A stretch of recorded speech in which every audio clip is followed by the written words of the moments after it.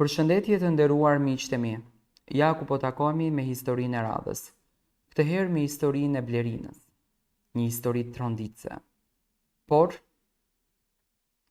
me një sakrificë shumë të madhe të një nënës.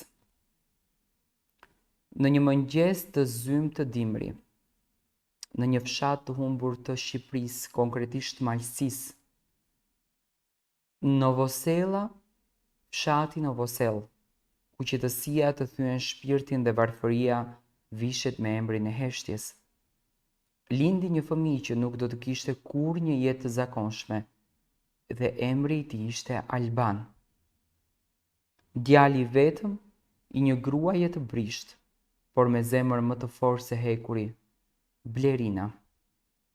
Blerina nuk ishte vetëm një nënë, ajo ishte mburoja, gjaku, forca dhe fryma e atij djali. Jetoni në një shtëpi të vjetër, me dysheme druri, të kalbur dhe me mure që kullonin lagështirë. Burri i saj, punëtor fusha, u rëzua nga një karrocë e rëndë plot dru në një natë me shi dhe nuk u kthye më në atë shtëpi.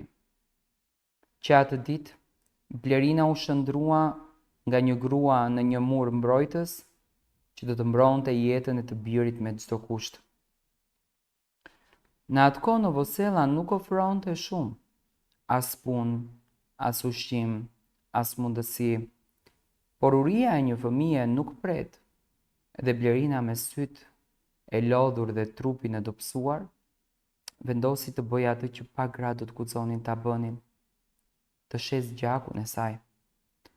Fillimisht ishte një vendim i rëndë. Doktorët e qytetit u çuditën, gruaja vinte nga fshati, vetëm me një shall të zi të lidhur në kokë dhe me duar që i dridheshin nga i ftohti. Ajo zgjaste krahun dhe fliste vetëm një fjali: sa të mjaftoj për bukën për djalin tim. E bënte çdo muaj, pastaj çdo 2 javë, derisa trupi i saj u mësua me marrjen e dhimbjes dhe zemra u mësua me heshtjen. Askush nuk e ndihmonte, askush nuk e pyeste, sepse në botën tonë askush nuk ka kohë të ndaj apo të ndaloj për një grua që jep gjithçka dhe nuk kërkon asgjë. Ishte një ditë shkurti, kur Blerina u kthye më e lodhur se zakonisht. Syt nuk i kishte më të ndritshëm. Hapat i tërhiqte zvarr, u shtri pranë Albanit dhe përqafoi fort: biri im, nëse nesër nuk do të më zgjosh dot, më fal. Më fal që nuk munda më. Ai kishte 7 vjeç dhe kuptonte. Në mëngjes u ngrit nga gjumi dhe e pa që ëma nuk lëvizte. Dora e saj ishte ende e ftohtë, por e mbërthyer rreth trupit të tij, si për ta mbrojtur nga bota që nuk ka mëshirë. E qau i vetëm, nuk bërtiti. Lotët i rrithnin heshtur, sikur të kishte mësuar nga ajo nën që gjithmonë qante pa zë. Askush nuk e dëgjoi atë ditë, derisa komshia e pa dritën e fikur gjatë në mëngjes dhe hyri brenda. Gruaja që u bë shpresë. Ajo komshie, një grua e thjesht me 3 fëmijë e me një burr të smur, e mori Albanin pa asnjë fjalë. Nuk kam shumë, por nuk mund të të lë rrugëve, i tha. Albani nuk e mbante më nëna, as nuk kishte më shtëpinë e tij, po për herë të parë pas saj dite, ndjeu një dorë të ngrohtë mbi kokë. Ishte një dorë tjetër, jo ajo që kishte derdhur gjak për të, por një dorë që ja kuptonte dhimbjen. Kaluan vite. Albani nuk e gjeti dot askush në rrugët e Novoselës. U zhduk si hije, por ai jetonte në një qytet tjetër, me një emër të thjeshtë dhe një shpirt të thellë. E kishte ndërtuar jetën me mundim. Kishte punuar që fëmijë, kishte mbledhur hekurishte, kishte fjetur në shtëpi të braktisura, kishte ngrënë nga duart e bamirësve. Por çdo natë kur ersoi qielli dhe heshtja zbriste mbi rrugë, ai hapte një fletore të vjetër ku kishte shkruar: Nën, gjaku yt është në trupin tim. Kam nevojë për pasuri, as për shtëpi, vetëm një gjë dua, të ndjej pranë. Por Albani para se të martohej, pasi ai ka rregulluar më jetën e tij, ka shkruar një letër. Nën e dashur, sot jam burr, ka mësuar të ecë me kokën lart, por brenda vetes jam po ai fëmia që të kërkon në çdo ëndër. Njerëzit më thonë të mos shikoj pas, por si t'ja bëj kur çdo frymëmarrje më kujton ty. Ti nuk më dhe vetëm jetën, ti më dhe çdo pikë të gjakut tënd. Nuk pate as veshje të re, as ngrohtësi, as fjalë të buta për veten, por mua më dhe gjithçka. Dhe sot nën, dua ta dish. Unë jetoj për ty dhe do t'jetoj gjithë jetën me kujtimin tënd.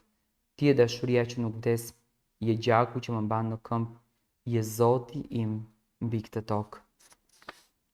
Kjo është historia e Albanit, i cili ka dashur në një farë mënyre të ndanë dhimbjen e tij dhe ta ketë historinë e tij një frymëzim për të gjithë të tjerët. Ai sot, fal Zotit, ka ndërtuar më jetën dhe është shumë i lumtur në jetën e tij. Ka siguruar një të ardhme më të mirë dhe nuk ka më vuajtje si ka kaluar në jetë. Nga rruga, Zoti ja ka hapur dyer, edhe pse është rritur në një familje të varfër, por është falendërues që kur kjo familje nuk e la të vetëm, po me aq bukë sa kishin, e rritën këtë djalë dhe bën një vepër unike. Unë gjithmonë e kam thënë që ne nuk duhet të bëjmë vepra të mëdha me gjëra të mëdha. Ne mund të bëjmë vepra shumë të vogla, apo një vepër shumë të madhe me gjëra të vogla, po mund të bëjmë vepra shumë të vogla me një zemër shumë të madhe.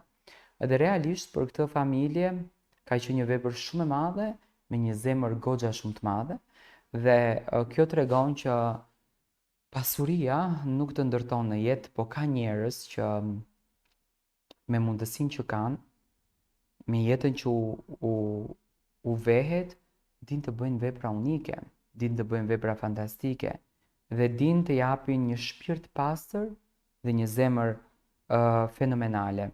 Edhe në këtë rast, familja që ka rritur Albanin ka treguar që janë njerëz me zemër goxha të madhe dhe që din të bëjnë vepra ëngjëllore. Vepra që sot e kësaj dite mbeten në shpirt të tyre. Albani jeton me nënën që e ka rritur. Ajo nën ka edhe 2 fëmijë të tjerë në këtë rast dhe kështu që duan të japin energji të bukur, pozitivitet dhe duan të japin mesazhe të mira që sot nën nuk të bëhet vetëm ajo që të lind, por nën të bëhet edhe ajo që me gjithë zemër dhe shpirt të rrit, si në këtë rast që është nëna e Albanit, e cila nuk e ka lënë vetë jetim, por e ka marrë të arritën dhe të kujdeset për të, për t'i siguruar një të ardhmë të mirë. Edhe pse është rritur me vuajtje, Albani përsëri ka qenë dhe vazhdon të jetë shumë i fituar.